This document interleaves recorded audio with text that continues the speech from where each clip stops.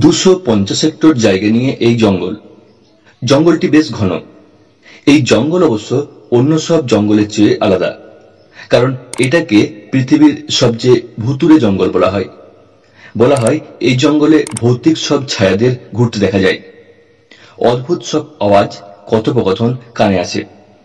কারা কথা বলে এখানে তা এখনো কারো জানা নেই, কারণ এই জঙ্গলে কেউ থাকে না। অনেকে দাবি করেন এই জঙ্গলে এলিয়েনরা ঘুরে বেড়ায়, তাদের জান নামে এই জঙ্গলের মাঝে। অনেকে বলেন অদ্ভুত সব আলো দেখতে পাওয়া যায় এই জঙ্গলের মধ্যে। এই জঙ্গলের মধ্যে একটা জায়গা আছে যেখানে কখনো কোনো গাছ যোগ যায় না।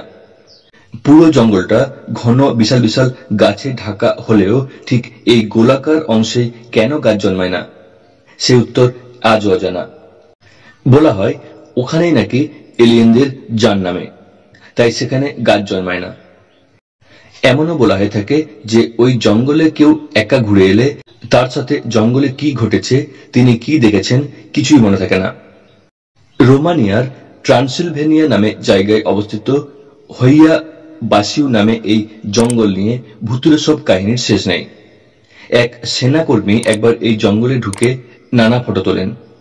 সেই ফটোতে ভুতুড়ে কিছু দেখা যাওয়ার পর থেকেই এই জঙ্গল ভুতুড়ে জঙ্গল নামে খ্যাত হয়ে যায়।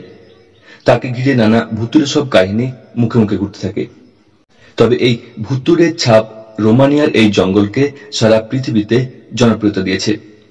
অনেকে এই জঙ্গল দেখার লোভ সামলাতে না পেরে ছুটে আসেন এখানে। কি আপনি যাবেন নাকি? অবশ্যই নিচের কমেন্ট বক্সে লিখে জানান।